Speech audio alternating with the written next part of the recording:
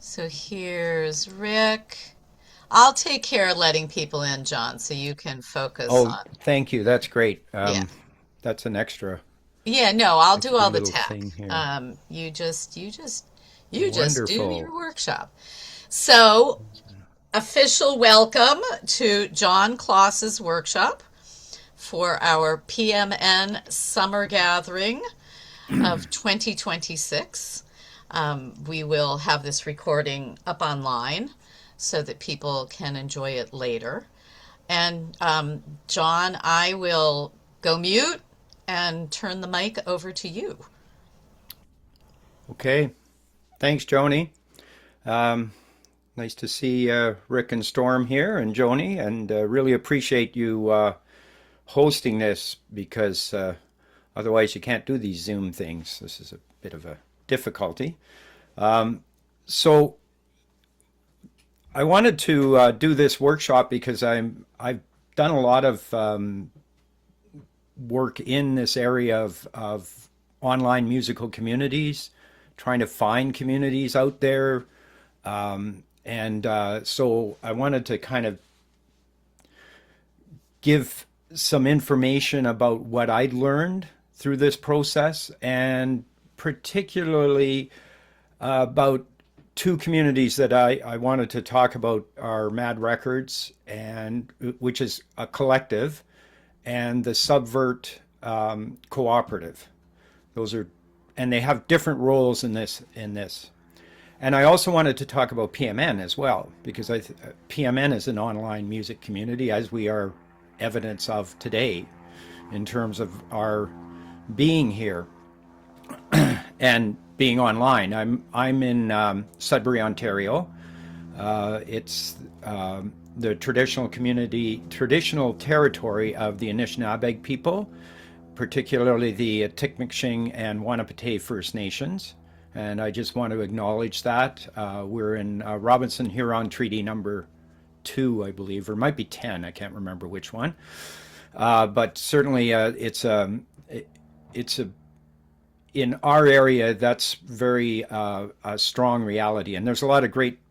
One of the things that we enjoy, there's a lot of great Indigenous musicians in our area who lend their talents and interest to the musical scene here. So I can see everybody's muted. That's great. And if you have any questions, put them in the chat. I'll drop a couple of links in the chat for this for the information. And I think that's going to be pretty well it. But if we have any discussion or anything like that that you want to add in there, please put it in the chat. That's one of the things that I've found in these online communities that I've been part of, is the chat is a big part of the interaction. And I've really often enjoyed the chat in terms of how people interact in the chat. And so that's something I think is a really strong thing. Often they ask for, like, if everybody's okay, put a 1 in the chat or something like that. I don't know if you've seen that kind of thing, but it's a good way to get people interacting and make sure that people are still there. And I think that's one of the challenges of running online communities is, well, are people still there? Who's left out there, kind of thing. But most of the ones that I've been part of are pretty active in terms of their communities.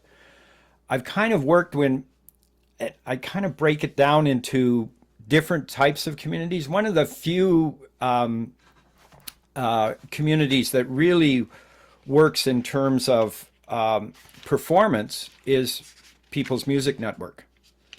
I mean, there's very few communities out there that have that kind of performance aspect to it, which I think is a really strong thing about People's Music Network. I think it's a really valuable part of it, that people can actually play their music and listen to other people's music. I really enjoy that. With the workshop that we just did on the song swap was great. I mean, it just listening to the variety in the songs is wonderful. There's a couple of others. I'll just mention them. They're nothing that I've really involved with. It's called Jam Kazam.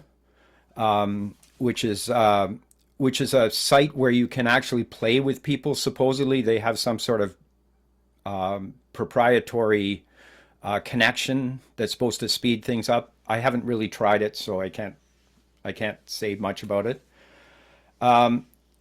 There's a number of communities that are involved in production, and that was really the area that I was sort of started to some extent. Mad Records does talk a lot about music production for, how do you actually get music that people will listen to on the radio or online, or how do you raise the quality of the music that you're making that's going to be effective in terms of making sure that there's people out there who will listen to it.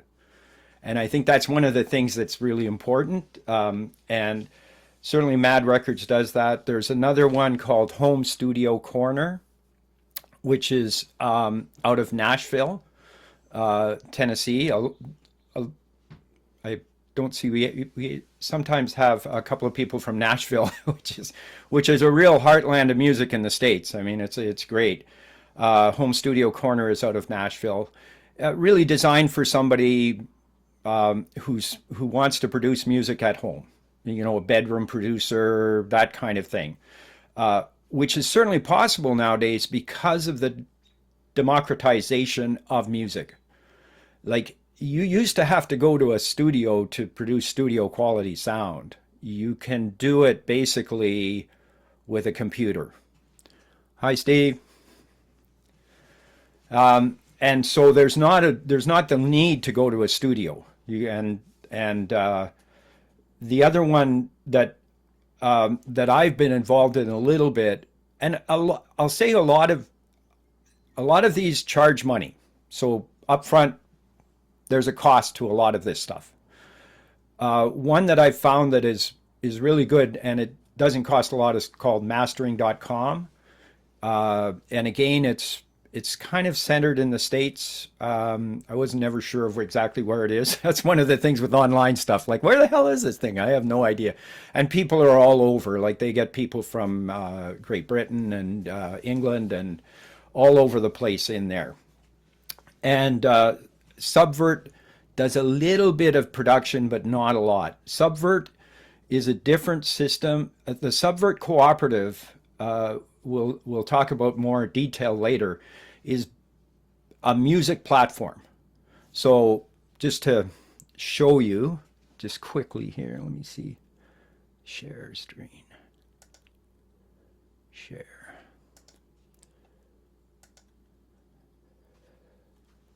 So there's Subvert. And Subvert's a music platform owned by the community. And you can just see the breadth of music that's out there.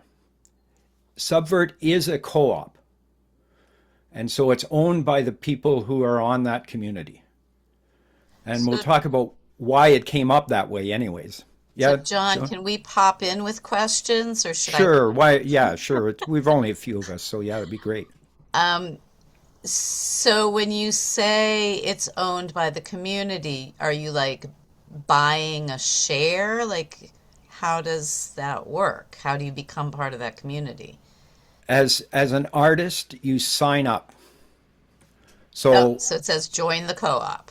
yeah, so here is, I haven't done, here is my page on Subvert. Okay. And I haven't done any I haven't done anything with it yet, but that's my page on Subvert. Okay. And you join the community as an artist, and there's no membership fee to join Subvert. It's it is just it's a platform, and you can sell your music on Subvert. Okay. And so does, for instance, with Bandcamp, you can sell your music, and I think the entire, in other words, it's not like Spotify where you get nothing. Here, does a percentage go to the platform, or do you get the full sale price? Uh, Okay, those sorry. details are certainly in there, but the intention is that the money goes directly to the artist. Okay. Now you have to set up online payment, of course, when you're doing this kind of thing. Yeah. They don't use PayPal, which is kind of a pleasure for me because I hate pay. I shouldn't say I hate PayPal, It's but not very I nice. I'm reluctant to use PayPal because of the politics of the people who run PayPal, Exactly. basically. I mean, Yeah. that's, they use a different one called Stripe, Uh-huh. and that's that's becoming more common out there as a Stripe one. So you can go to like any of these have music on it. Mm-hmm. I don't know if you can hear the music. Very faintly. Yeah. It's anyways like it's kind of a neat platform actually because I can just go to one of these and just pick it out and start listening. And then you, as the artist, clearly you decide which of your songs pops up when people. Yes. Okay. Yes. Wow, this is It's amazing. it's strongly artist centered. This is really strongly artist centered.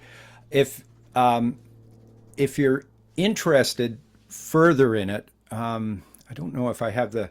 You can go to Subvert. I'll drop the link in the chat. Yeah, if you would put all of these links in the chat, Okay, then we can all access them. chat. Let me see. So do we know who started this? Yes, it's all very. They are very open in terms of. And let me just get back out of my screen share there, Yeah. so I can see the chat. Yeah, yeah. Holy jeez, things disappear here. Like, oh, yeah. Okay, Control V. Oh no.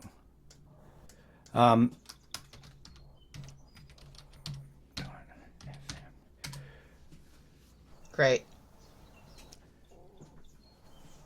It's, But that's not a link. Okay, hang on. I'm gonna find the link.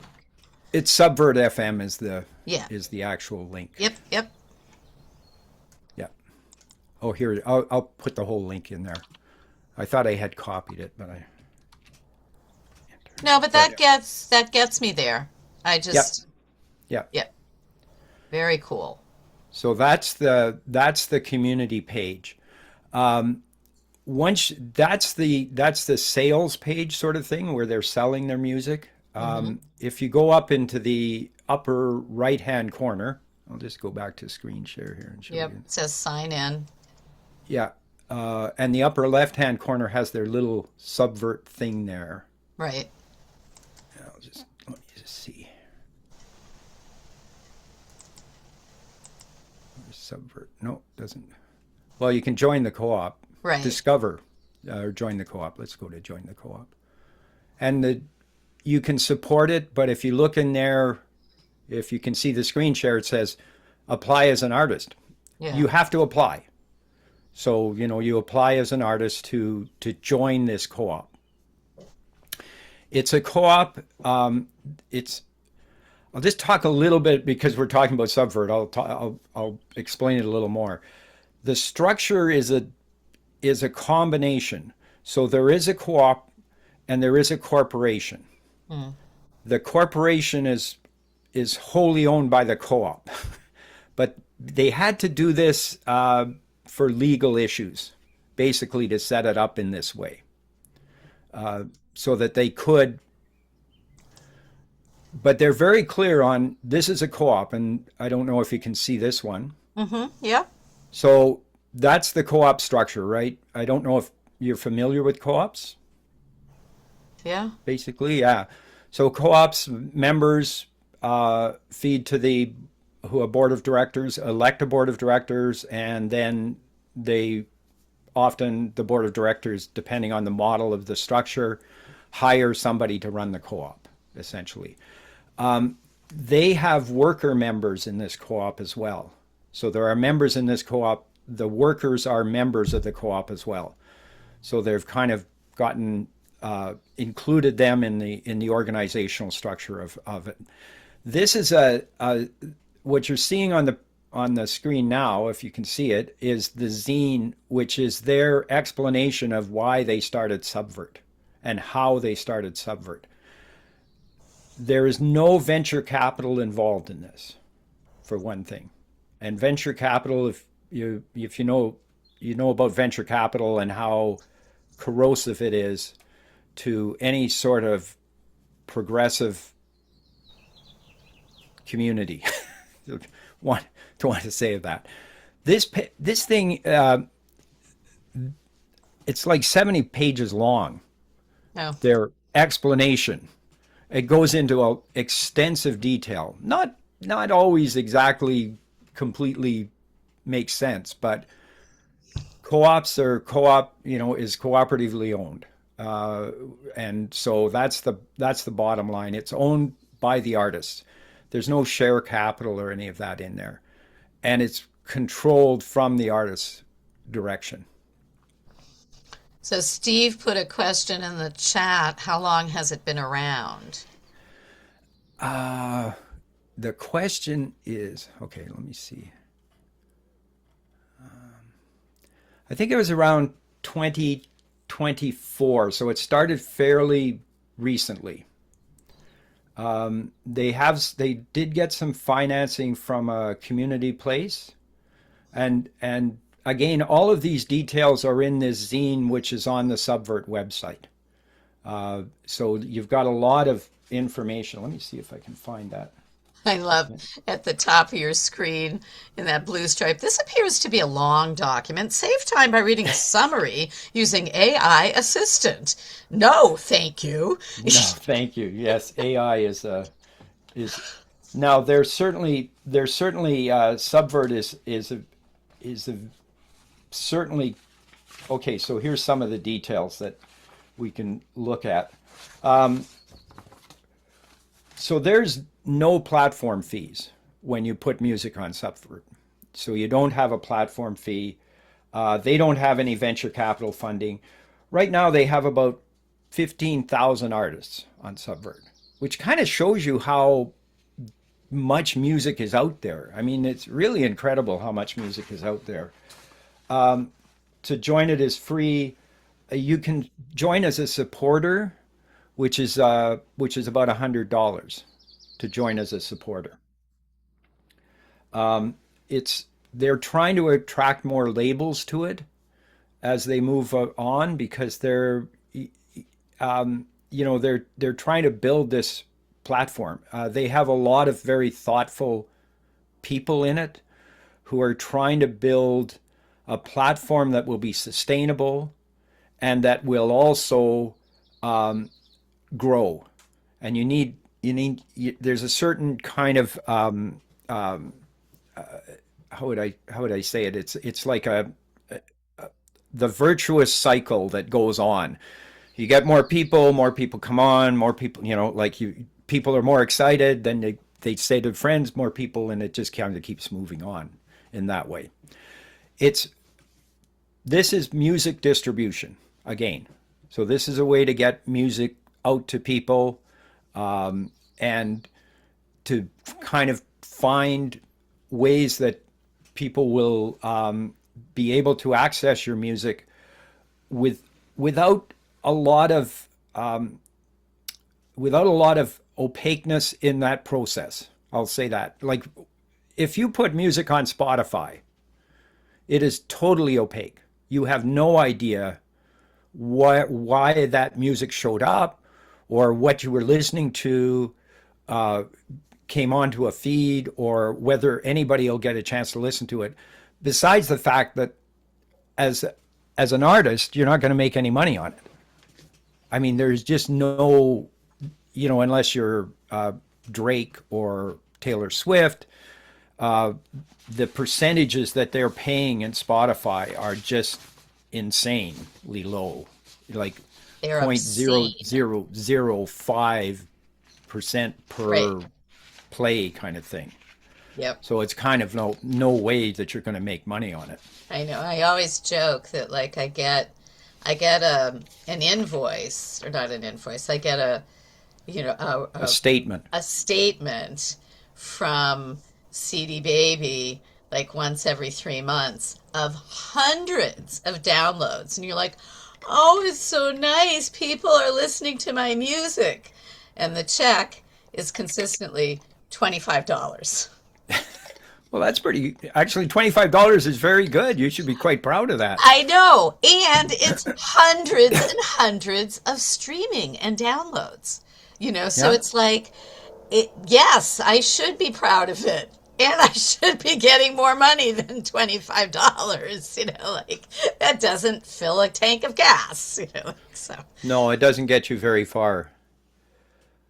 Hi, Louise. And Yeah, hi. I have the same thing, but mine is even worse, Joni. I get a check for $20 from CD Baby maybe once a year. Yeah, And it's and it's like, hundreds of streams because I right. follow it sometimes and look and see hundreds of downloads, hundreds and hundreds and hundreds, and you can in the price point that they'll send me a check and then they take their little cut. So I lately I don't think it's a $20. I think it's probably 18.75. They take a percentage. So I have a Yep. $20 thing where when it reaches $20, they take their well, little at bit. least it's Oh, in American money. yeah, it is in American So money, that's a and it good makes me thing, feel because it we makes me only feel get 70 happy. cents on the dollar. It's no way of you think about it. What if I had to rely on $20 a year to make a living? That would be so sad. That would be very, very sad, you know? Well, Impossible. Yeah. fortunately, a number of us don't have to do that, but there's a lot of musicians who are trying to make a living on this, and that's where a platform like this, which Subvert is, and I dropped that in the chat so you can take a look at it. It Yeah. does give you some avenues for actually earning some money. I mean, directly to you, and isn't trying to kind of become a huge company out of this thing. They are trying to, they're very directly, very like, this is where we want to go with the internet, democratically controlled, you know, and Yeah. it's a great idea because right now, I mean, I'll just talk a little bit about where we are right now. Is like, have you heard the term enshittification?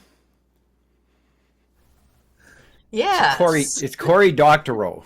Cory Doctorow, he didn't really coin the term, but he started using it broadly. And basically, what's happening to these systems and is they became, you know, platforms are great for users. Oh yeah, Facebook is a lot of fun. We really like Facebook. It's all very enjoyable.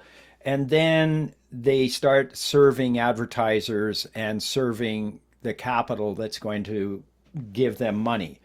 And that's what's happened with music platforms to a large extent. I mean, they started out as a kind of thing where they was trying to, you know, really provide something for people. And then it became like we're just going to make billions of dollars on music. And I'll say I hate to raise the well, we already talked about it because it came up on my screen was the AI issue, where these companies, like the big music companies, are just embracing AI. They're like we're just going to flood music AI. Like this is the way it's going to be from now on. So individual musicians are not going to be part of this system at all. They don't have no intention of that. They want to flood this whole system. I'll talk a little bit about Bandcamp as well, because a lot of us use Bandcamp, like I use Bandcamp, and I think it's a platform that started out as a way for independent musicians, which to a large extent we are. We are independent musicians in the People's Music Network, trying to get out. You sell your music directly to fans. You can keep most of the revenue. They have Bandcamp Fridays where you keep all of the revenue. What happened in Bandcamp in 2022 was it was sold to Epic Games. So the original Bandcamp became part of a larger company called Epic Games, which is connected to Sony Music, which is connected to BlackRock, which is connected to a lot of different companies. Then it got sold again in 2023. Now, this is kind of like capitalism 101 these days, right?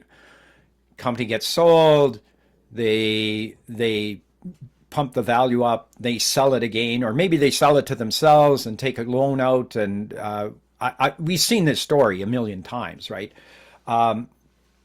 So Bandcamp, the workers at Bandcamp, and this is something I found out in looking into where Subvert started. The workers at Bandcamp had formed a union, the Bandcamp union, right? They were trying to organize. Well, the first thing the new owner, which is called Songtradr, look it up sometime. Songtradr is a big company that deals in all sorts of music, like live music and all sorts of stuff. It's like this kind of octopus that I'd never heard of.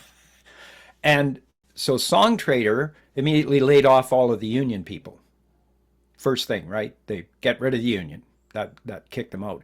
I actually found the Bandcamp union website, and it's basically defunct now. There's nothing there. They basically destroyed the union.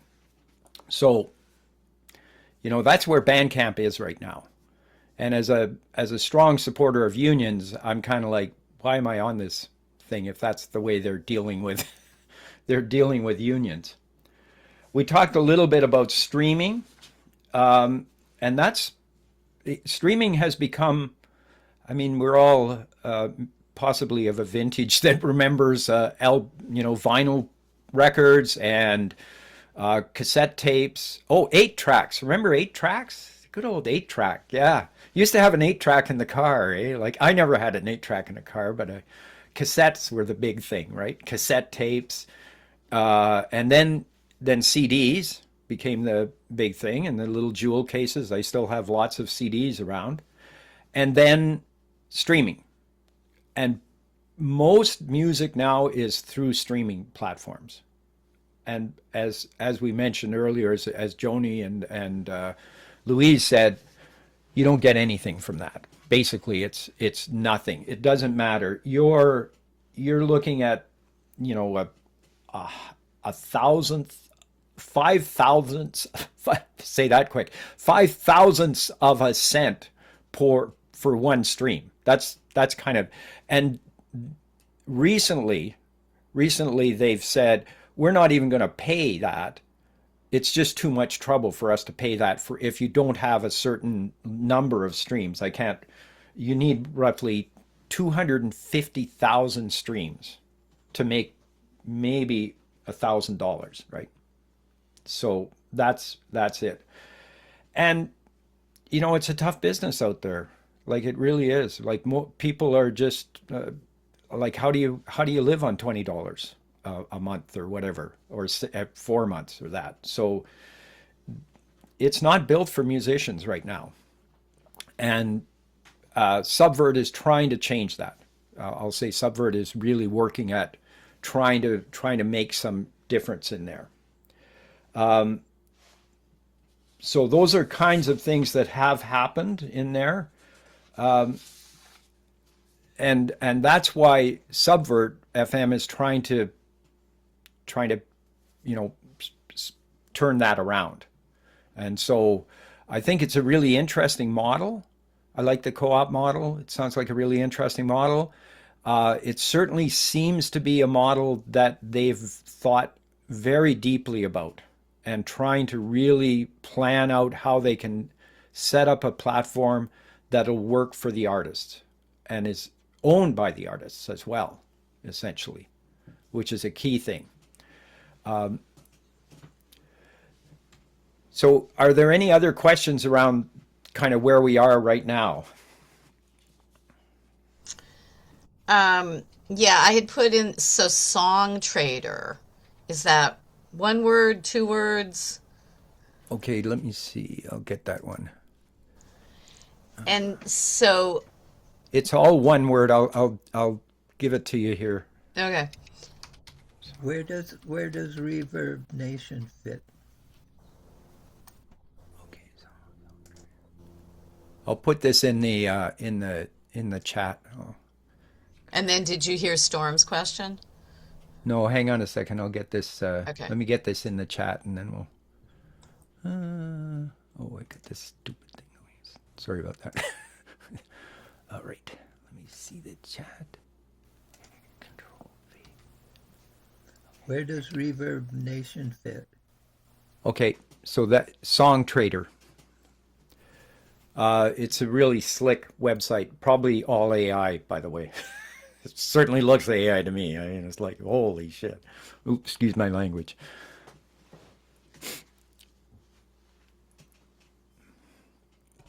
And what was your question, Storm?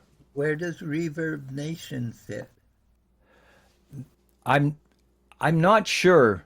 Are you familiar with Reverb Nation? It's another place where people have been posting songs and Yeah, I am not sure about Reverb Nation. I've used SoundCloud to post songs.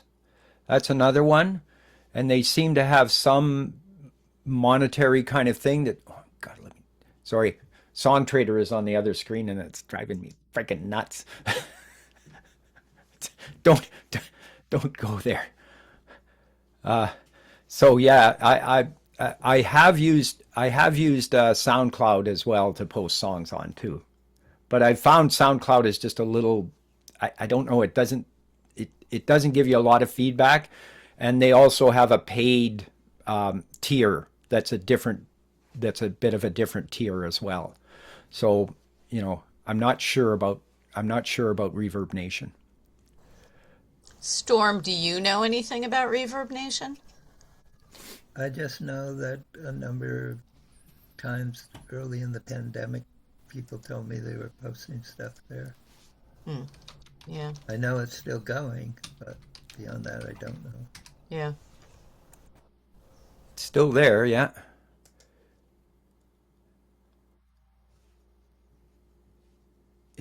Yeah.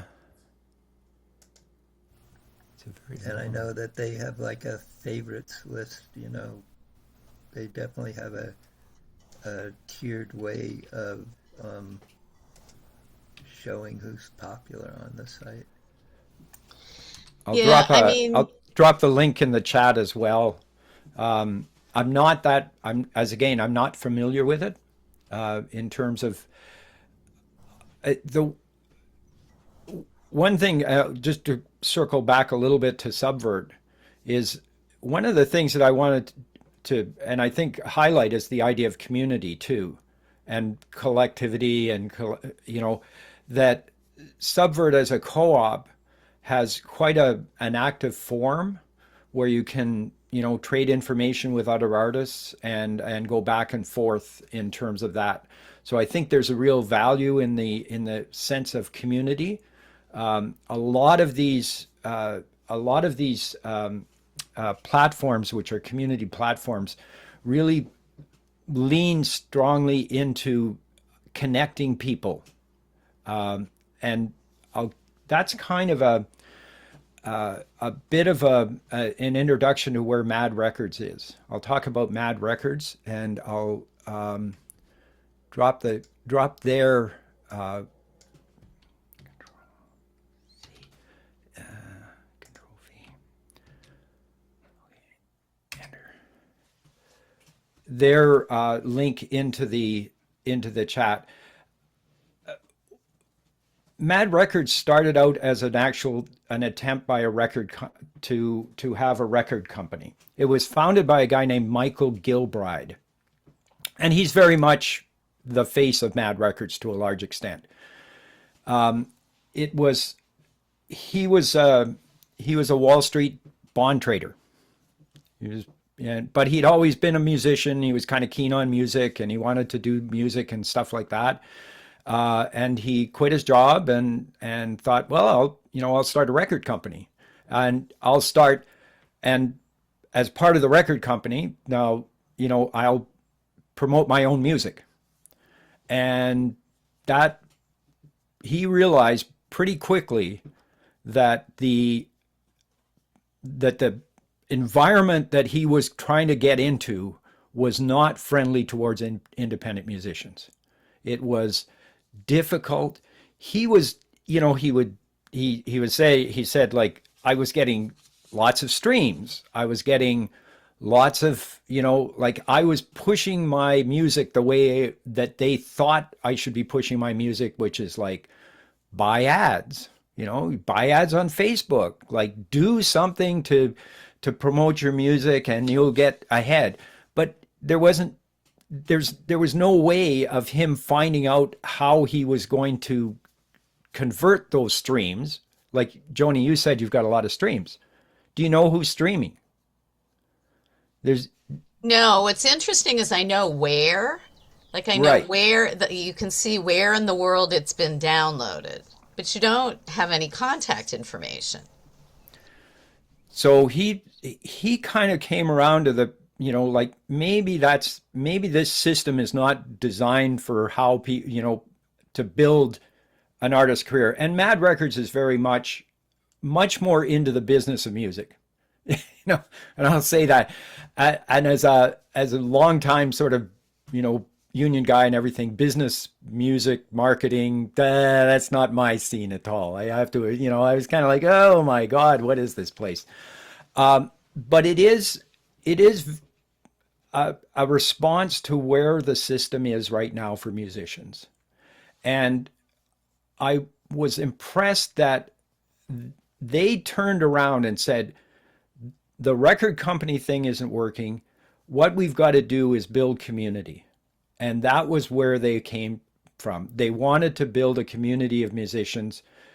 And there's somewhat similar to PMN.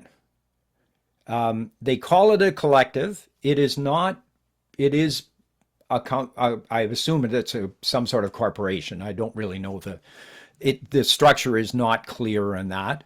But it isn't, it's very much directed towards the people who are part of it. And they're really they teach music business skills.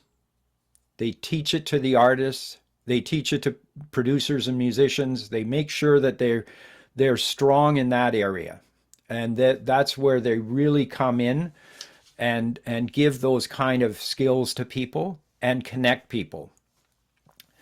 So I'll just, in terms of Mad Records, one of the things that they do a lot is they have quite an active forum.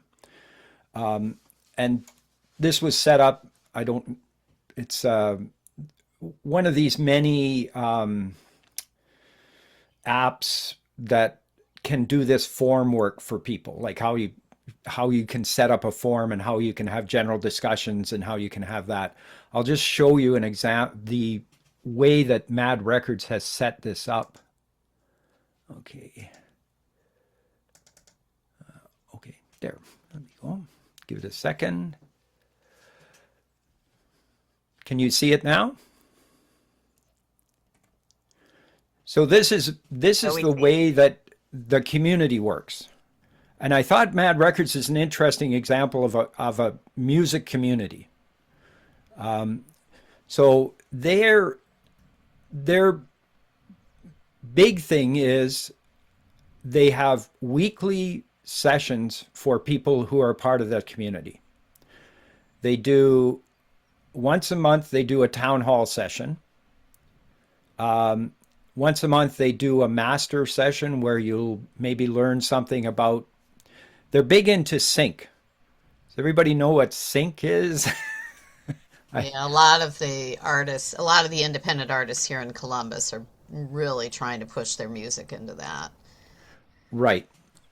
Sync is the connection with music for, again, a sharp intake of breath, commercials, Ads, television yeah, shows, yep, movies. movies, if you Yep. can get into movies, all of that type of thing, where you license your music to be used by something, and there is an income there for musicians, and that's people are chasing an income to a large extent. They're trying to Yep. stay alive in this business. Yep. I So feel this is like Discord. It looks like that's the platform they're using. It's called, they have a circle at the bottom, but I don't know whether that's the company or not. Yeah. Right at the bottom of the page there, it talks powered by Circle, which I have Oh, no idea okay. what that is. Yeah, I And you see. can get an app for it too. Right. They also have they have various challenges where you can submit music to them, and they'll send it out if they think it's good enough, and maybe you can get some opportunities. I mean, that's their connection there. But it's, it's a share your work. There's a lot of, if you're looking for networking and collaboration, here's Dave from Canada. He's multi. I've been writing and recording music. It's a lot of connection here. There's a lot of connections in here, and somebody's just looking to demos, works in progress, co-writing, songwriting, all of that type of thing in here. The I'll give you a little story. So one of the things they did, and it was kind of unusual. I wasn't really I didn't really know what I was doing, but they said we'll have this kind of session on once a week. They have once a month they do a session, and it was share your music session as we do at PMN. Except this was share a song that you've recorded. Basically, it wasn't a live performance thing.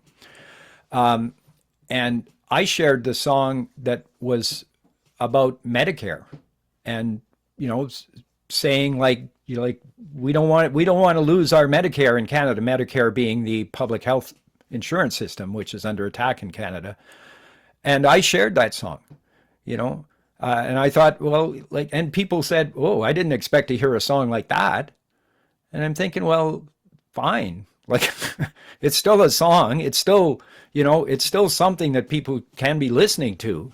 And there was no, there's no issue with that. But it's a chance to share your music. It's a chance to kind of find connections. They also usually do a session a month on if you have a song and you've got it to a certain level, and they'll kind of critique what it's not the songwriting so much. It's not like if I had a song, which is just to go back to PMN a little bit, is a really outstanding opportunity for songwriters to share music, because you do get critique there. The tendency in a lot of workshops on songwriting is you don't really get critiqued. Oh, that's a great song, oh, I really liked it. Well, yeah, that's good. I mean, I really like it too, and as somebody once said, my mom really likes it too, but what do I need to do to improve it? And I can't say how much that has been of value to me as a songwriter. So is this kind of when they're critiquing? Because what I've found in the past is a lot of times the critique is about the production quality, or about the performance, were you performing it well?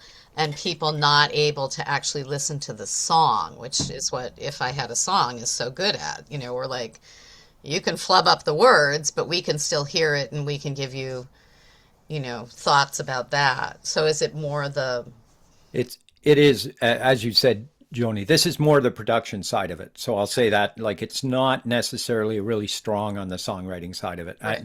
And I was, it was kind of like, oh, okay. I mean, it had some value for me. One of the things was one of the fellows who is from the United States, from Florida, actually said, the Medicare song sounded like something he would hear in a coffee house in Greenwich Village in the 70s. He's right. So I thought, oh, that sounds good. I'll take that. That's a good thing. Yeah, so I wondered, I mean, is it also PMN is one of the few places that the general tenor is political awareness songs, and you're not going to hear us do a lot of love songs.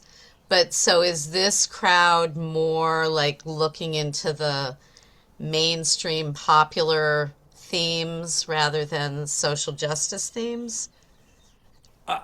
Yeah, I think it's more to support people making music than any really particular themes. So, like and I don't want to speak for them in the sense that I'll just stop this share for now. I don't want to speak for them in terms of what they would do, but what I've generally found is when when you have a chance to critique music, for example, they will talk about production and that. They don't talk about, they're not limiting you to songs about love. And they say, as I've heard people say who, when I've been in songwriting workshops, you've got to say love at least once in the song, right? You got to include love in the song. There is no way anybody's going to buy this song unless they don't talk about that. They talk There about the you value go. of the That's why song. my songs don't sell. Need more love in your song. That's all it is to it. Sorry, go ahead. But they talk about more that the value of you writing the songs, producing the songs, getting them out there, releasing the songs, getting your music out. That's really where they're focused on. Just do it. And whether they think it's a great song, whether they think the production is really up to it, the value is in doing it. Even if you don't get to the end of the process, the value is you've tried to get it done. There's a real positive sense in that I think that's of real value for, maybe not necessarily for someone like myself who's written songs for a long time, although it still is nice to hear. But I think for people who are thinking of getting into this music, if there's somebody who's like, oh, I'm kind of interested, I'd like to do more of that. I think there's a real value in that. But it's critical, but it's not judgmental. I would say that way. One of the things that I'll also, are people familiar with Substack? Yeah, Steve, but not for music. well, that's one of the things that Michael Gilbride is pushed in this on this platform is the value of Substack for music. Substack is, as Joni you said, and Steve you're familiar with it too, is generally a written thing. It's mostly text based. Sort of you look at Substack and you'll have lots of text. You can post songs on Substack as well.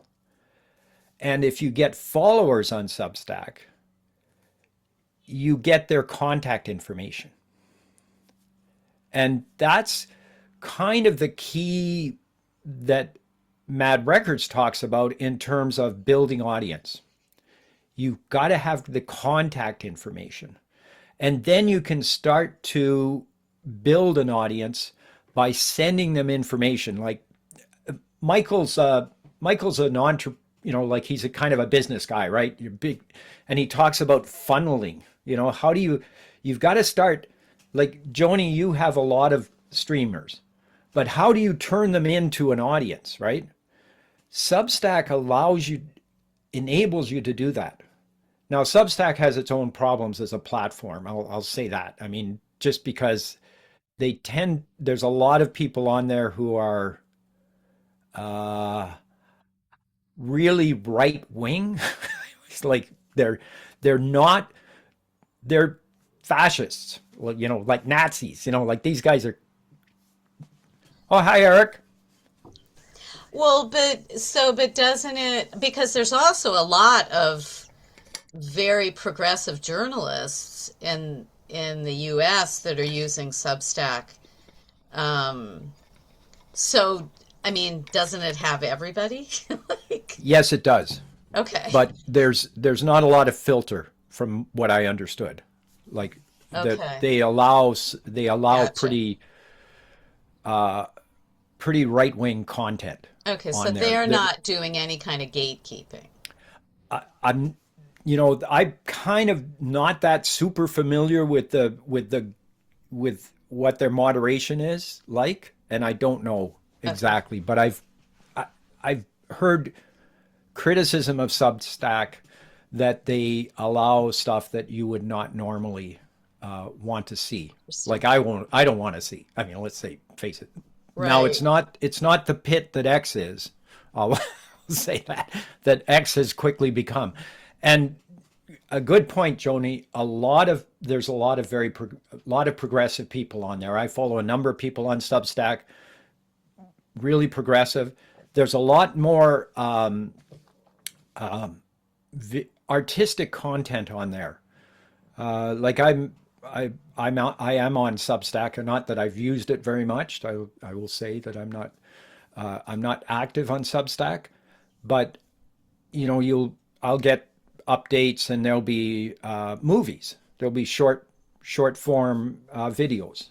There'll be pictures, like a lot of sort of art on there, So, and so there'll John, when you say you're active on Substack, do you have a page where you post your music?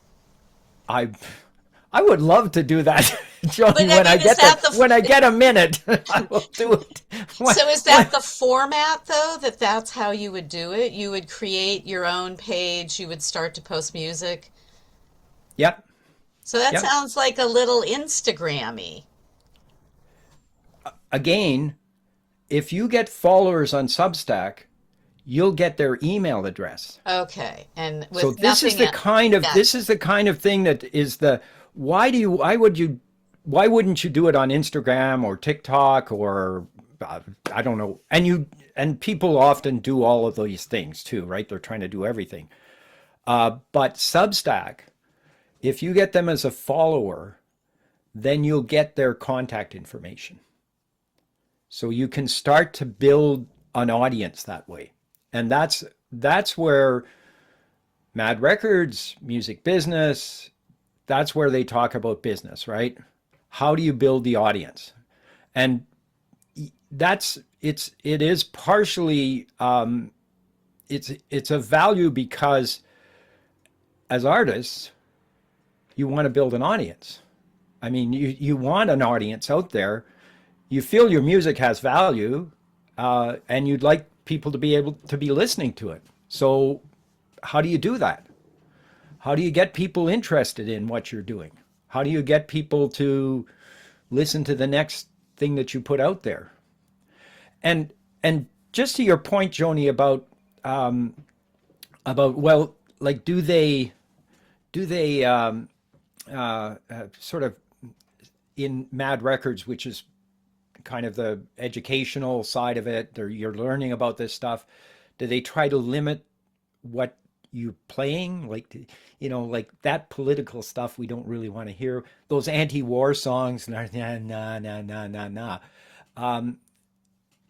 One of the things I found, and I'll say it's a great opportunity to listen to new music and new musicians out there. It's a great way to connect. Is a lot of them are engaged in the same type of commentary on society that PMN is. The frustrations with bureaucracies that don't listen to them, the anger at the disconnection of our life, the frustration with the way things like Joni, you read the political song about you know we just keep re you know Two redoing the steps same thing, forward, three steps back. right? And that's being expressed in these songs.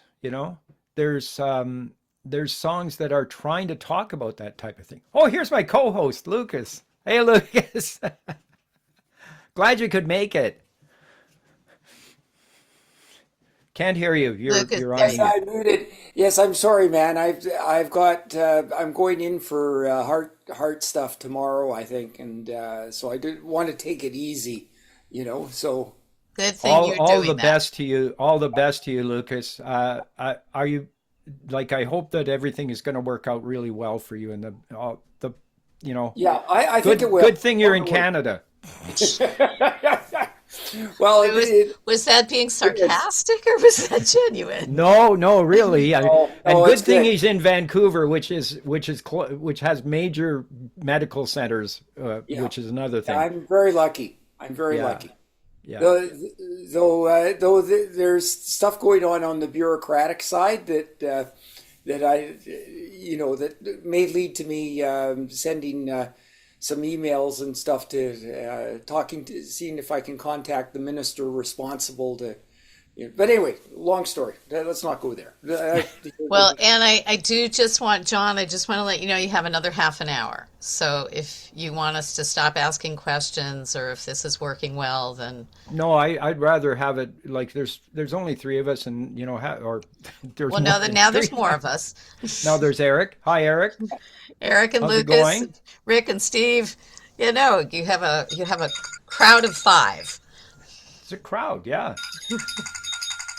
Oh, somebody's. Lucas, you're ringing. I'm going to mute you. There we go.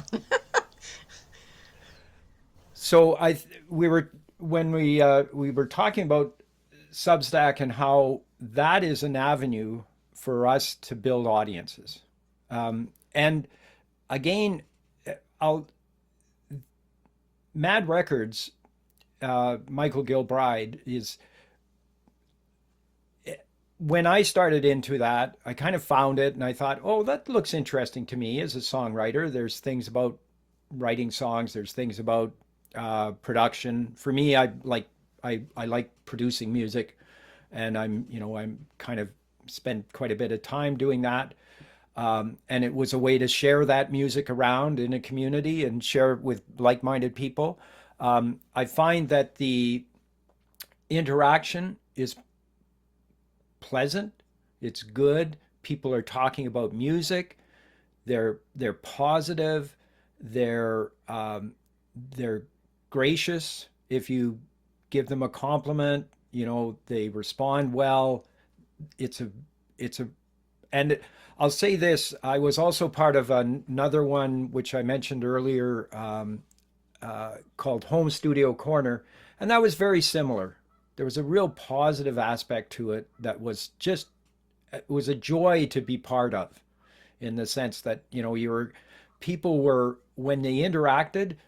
I mean, we've all seen the online garbage that goes on, and these communities don't have that I've found, and I think that's a real pleasant thing to have. To have a community where it's supportive and thoughtful.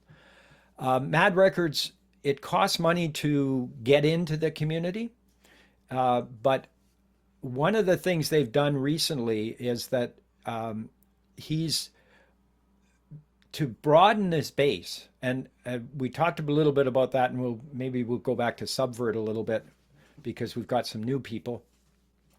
He's broadened his base, and what he's done is he said, for $10 a month, you can follow him on Substack, and that will get you into the community so that there's more people, and he wants it to be accessible to a lot of people, which is a really thoughtful thing to do, I'd say.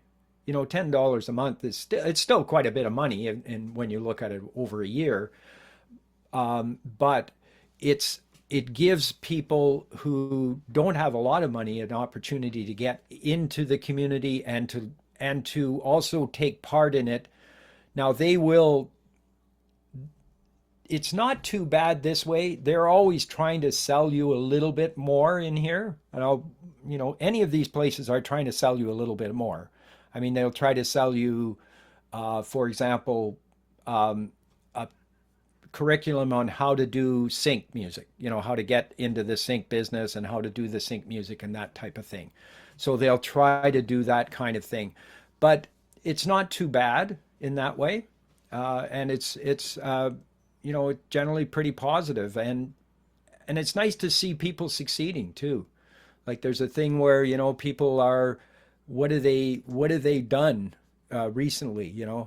Uh, like he doing interviews, doing catching up with people, doing songs, releasing albums, all of that type of thing. And it's sharing that information and sharing those successes in there. And that's the kind of thing that you see on these communities, which is really a positive, it's a positive aspect to this area. And a real chance, if you're interested in connecting to real people, there's a lot of networking that goes on as well. So if you want to, let's say you've got a song and you'd say, I'd really like to hear a woman's voice on this song. There's ways to connect to singers. I'd like to, I'd like a bass line. There's ways to connect to bass players. I've got some rough tracks that I'd like to get them produced. There's ways to connect to production, people who will do the mastering and do the production. And again, a lot of it is connected, and they're trying to build a real strong community there, where they are connecting to musicians all around the world. I've been on these calls where there's people from Brazil. There's people mostly in our time zone, like kind of that, North American time zone. A lot of people from the States and a lot of people from all over in this area. I wanted to, because there's a couple of new people on, and I wanted to just show you the other section. I'll just go back a little bit and just show you, let me see. Oh, did I? Excuse me. Okay.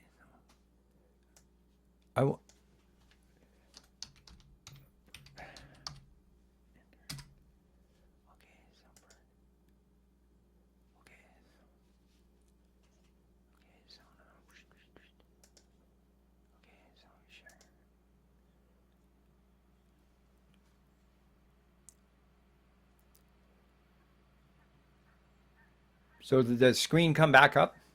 Okay. So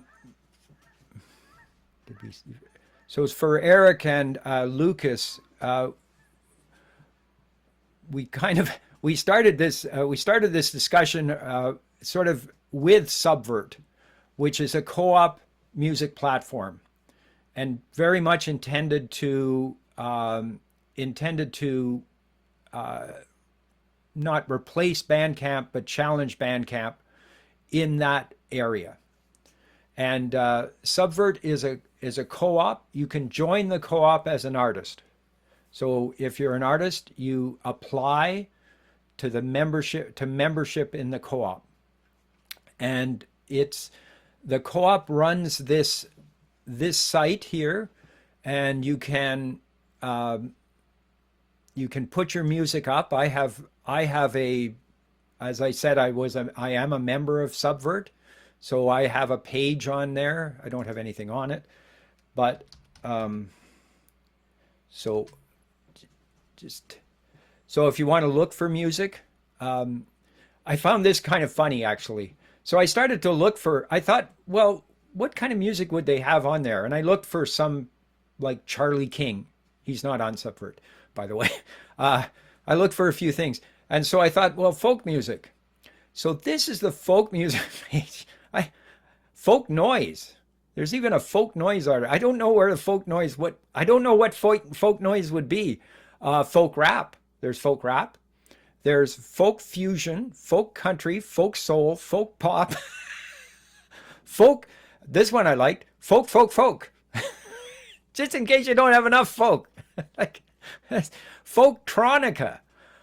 Folk pop wave jazz. I have no idea what this stuff is. But there's all sorts of different kinds of things. And there's about, I think I put the number about 15,000 artists on Subvert who are up there now, and they're really trying to build this platform. It doesn't cost you any money to join. So this is one of the few that when I talked about Mad Records, yes, there's a cost to get into Mad Records. Home Studio Corner, yes, they'll have some free stuff. that you can get on YouTube, but there's a cost to that. But this one is, as an artist, you get to you can join it and put your music on there. There's the page. I there's my page, but it doesn't have any music. I'll upload music, and then you can, of course, as an artist here, you can give a little bio. You can talk. You can. I put folk. I should have put folk in there. I think it's probably done better. Folk rock. I got some folk rock, traditional folk, indie folk, singer songwriter. So you can do, tag your page to get some further information on there.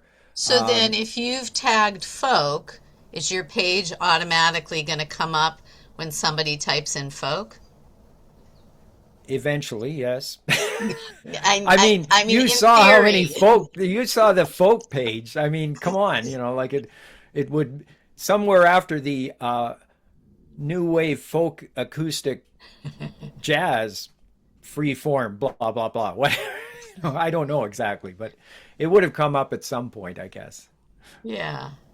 So you Well, can tag your page, and basically there is no fee. So if you, as with many of these places, they want you to charge $1 for your music. I mean, you can charge more, you can charge usually, but they kind of recommend the dollar as the basis for that. And if you get $1 for, paid to you, it goes directly to you. There is no overhead on there, sort of thing. God knows how they make money. I don't know actually how they make. yeah, that's what's fat because somebody's got to be doing the tech behind the scenes. It is quite a one of the things for in terms of the platform, it's they're trying to improve the platform. If you've spent time on Bandcamp, the platform is getting a little not great anymore. It's kind of awkward, and it's sometimes awkward to use. So they are trying to improve the platform. They depend on supporting members who pay $100. That's one of the things, and they have gotten some money from community-based funding organizations. I can't remember the name of it offhand, but they have gotten some money from community-based funding organizations. They're very careful, very thoughtful about not going to venture capital. They do not want to do that because of what that means for their control over what they're doing. And they want Subvert to keep control of what they're doing. Stop the share there. So basically, I'm kind of think we've covered pretty well everything that I wanted to cover here. Eric, did you have a question? Yeah, I was just thinking, if Subverb is free, why don't we start a group called PMN artists? You I mean mean, on get a Subvert? tag on Subverb. If we get a bunch of us on it, and then we start, get all our fans to get on it, and then we boost the flow, the traffic.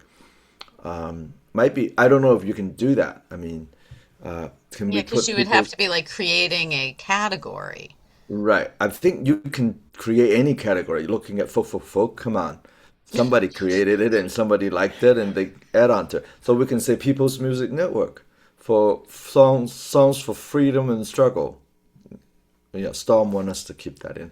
So, and for sure, it might be an interesting idea to explore. I'm just talking to, we should bring that back to the steering committee to think about, because we don't have any presence in any official kind of way, it, I just wonder if there would be pushback from the Subvert people. because it's like that's a, I really don't think so. I think one of the ways you could do that, that would fit into their model, and as I like, I think I put Subvert on the chat, so if anybody's interested in looking at it, Was looking at it too. Yeah. I just love the name, obviously, Yeah. This fits us very well. Subversion. I like that stuff. But one of the things that I've read is I think if PMN was interested in doing that, for PMN to approach them as a label. So it just might fit better into their model, and they're trying to attract people as a label. Now maybe that's going to be more complicated. I don't know, but that's what popped when you mentioned that, Eric. That's what popped into my head. Yeah. So they have a giant on the left. They have collections, so we can have a PMN Connect collection or something like that, right? Yes. Yeah. But are they looking for like professional, more professional recording? Are they okay with someone pointing a phone at themselves and saying, Oh, "Do you know?" they've got 15,000 people out there, and I'm sure they do have one of the things, if you want to join Subvert, you have to apply. you have to apply. So they do have some kind of gauge. They have some kind of quality control. Yes, as an artist, Yes. and for them, they do want to maintain the integrity of it as an artist co-op. I was wondering about that. Yes. So they Because- say, like, they don't obviously, well, I mean, obvious, it's not obvious anymore, but they say no AI. We want Yeah. real Very people. good. This is human produced music, and that's one of the kind of the bottom lines for them. Thank goodness. They want. But I certainly think that they would be open to working with PMN in whatever the best way it would be. I just, because they're trying to attract people to it, and as I said earlier, the more people you get, like PMN is a way of contacting quite a few people. I mean, I did this little workshop today because I didn't think people knew about Subvert. Yeah. And I don't think people did, So, like, if there's 6 more people that know about Subvert now, or however many, then this is a step forward for them, and they're very aware of the importance of building, like that you get that virtuous cycle that you get more people, and then more people say it's good, and then more right. people, and I think that PMN would be a great way, would be great on there. Because financially, Spotify, any of those, give you fraction of a penny, Right. which Yeah, is we talked about abusive. And I am in it because I want exposure, and it's easy for people to search and find me in Deezer and all of the platforms. Well, and people stream then, so Right. you don't get any money, but your music's Right. out there. We talked Right. about that. So this, if some place like Suburb could be a one stop for, like, if you're interested in PMN type of music, go there and you'll find a bunch of people and support them, because the money goes straight to the artist. Yeah. 99 cents a song, something like that. I think that might be that might be our people might, and then combine that with Mad Records. So if you want to make a higher quality record with friends, go to Mad Records and find some folks to do it. I'm doing a workshop which is very kind of expensive to make professional recording, but I just want to show people how that's done. But having friends together, there are people I know there's a group that's kind of formed by themselves that meet every Friday and talk about recording art at the garage. But anyway, so to find a platform where they can go, and and then we don't have to worry about quality control if they have it built into Subvert. I think that would be really the system is already there for that. So Yeah, and they have. I mean, again, I've listened to a bit of the stuff on on Subvert, and it is of varying quality. I will say that. Like it, okay. it is, you know. So they audition an artist, but once you're on there as an artist, Oh, they're not auditioning what you put up, okay. because I as an artist on Subvert, I have my page, and I can put up whatever I want on my page, really. Hmm. I So mean, maybe you're uploading MP3 files or WAV files or video files? the requirement is WAV files. WAV files. Okay. Yeah, the requirement is WAV files or some other lossless audio format, which is I can't remember the other one. There's another one that's a lossless audio format, but they wanted WAV files Okay. for the uploads. But it's audio files, not video files. Audio files. Yeah. Yes. Okay. It's And pretty well all John, audio files. Great. do they require or do they want you to, or do they look at the metadata? Do you know what that is of the song? They ask about the metadata, and I Hmm. haven't gone through that process. I have an EP Okay. that I put together, and it has all that, and I haven't gone through the process of Really actually putting it up important there. to do that. Is What Yeah. is the so metadata? metadata is every song you a wave or MP3, and if you put it into your, it's the easiest way to do it is put it into your iTunes. Say you have iTunes, right? And then when you look at the tune, you'll say information, get information. You click get information, and then you can change the title of the song. Right.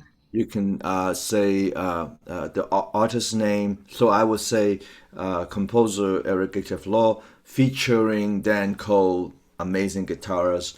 And then you can actually release date. And then if you have a code where people get royalty, if you register with SCAP or one of those. IBM, whatever. BMI. And BMI, you yeah. put that number in there. So every time someone uses it, someone will notice and you get royalty. Got it. Okay, it's very important. And then in the note area, you put information about yourself.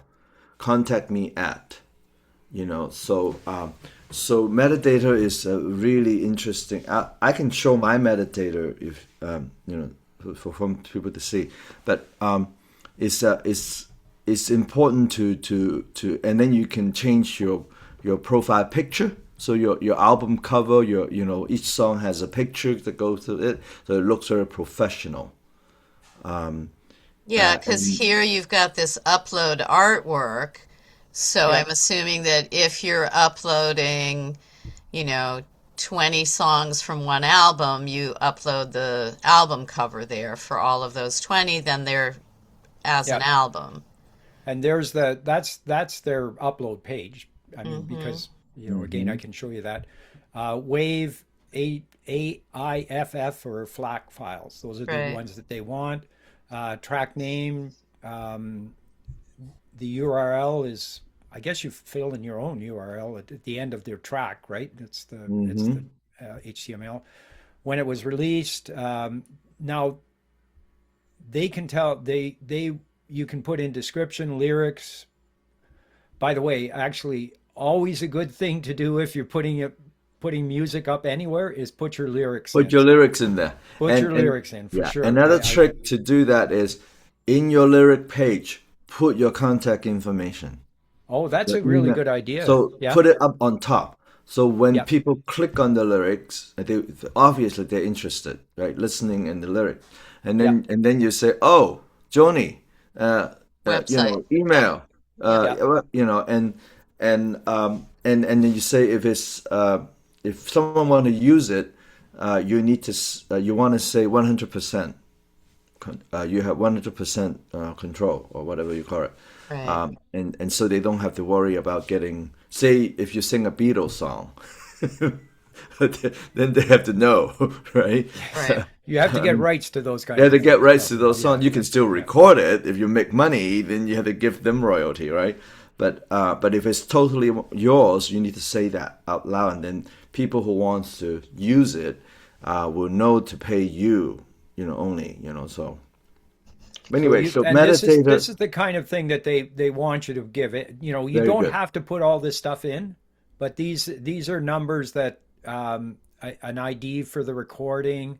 This is again for composition. You can put that in there. Your Very licensing. good. And those you get, the ISRC and the ISWC you get from your pro company, right? Because I'm listed Yes. with BMI. So Yes. they have that for all of Right. my Yeah. songs. Yeah. Yeah. And then you can put in all your credits, Yeah. any links that you want in there, as the genres, Yeah. for the tags for it. You set your pricing, whether people can listen to it or not prior Mm-hmm. to, how can people have unlimited streaming, which, Right.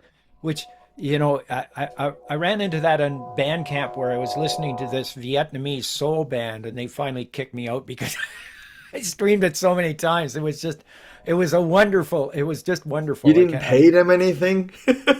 No, I think I bought their music finally Oh, after they that. should have let you stream as much as you want if you paid for it. Well, after I ran out of my free streams, I paid Yeah. for them, Eric. But this is really comprehensive. It's like CD Baby.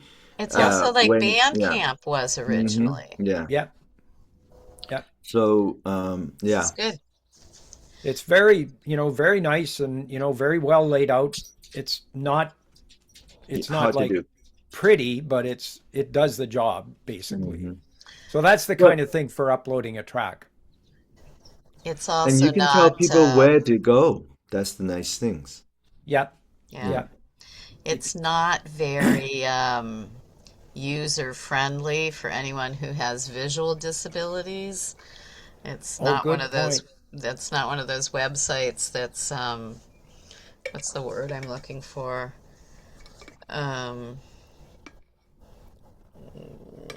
Disability friendly. I can't think there's another term, but It's a little bland and it's very It bland. is. Yeah. Well, no, and the gray is really for gray anybody is- yeah, with correct, visual that's right. difficulties. The gray is really hard. That's why, like the PMN website was gray for a long time, and people were constantly complaining to us. Mm-hmm. Wow, John, this was this is amazing. great. Hmm. Well, it's really good, and kind of thank you, Eric, because that was one of the things. Like, okay, how does PMN get, and Right. that's a really good.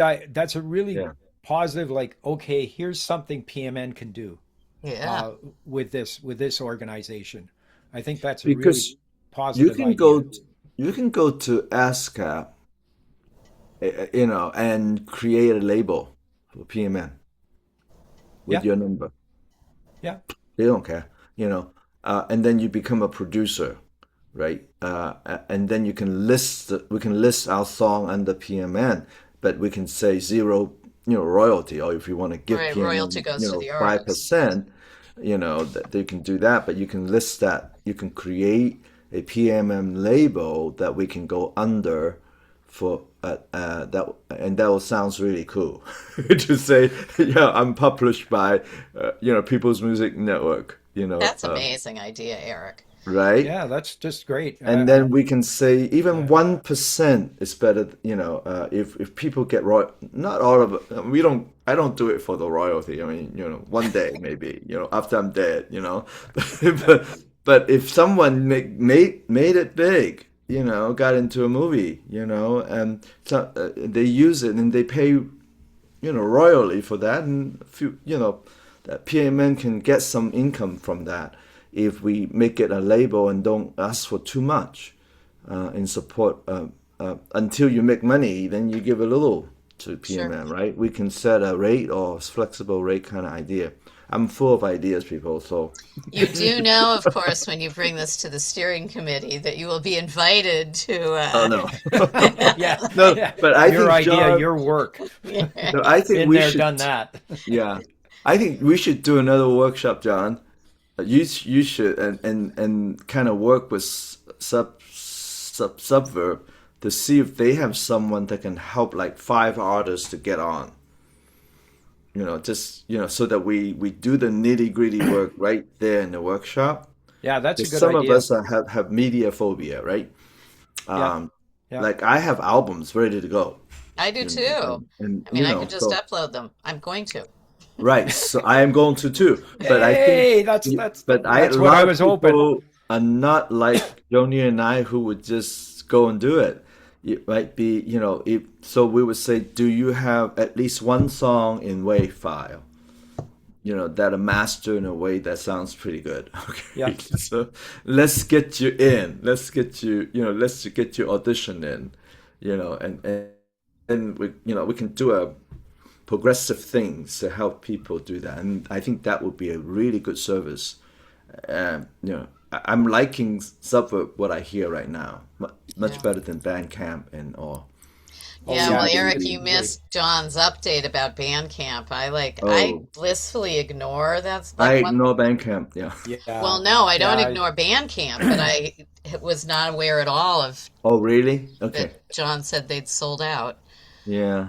yeah. Yeah. Basically, they sold out to several other companies. It's a real.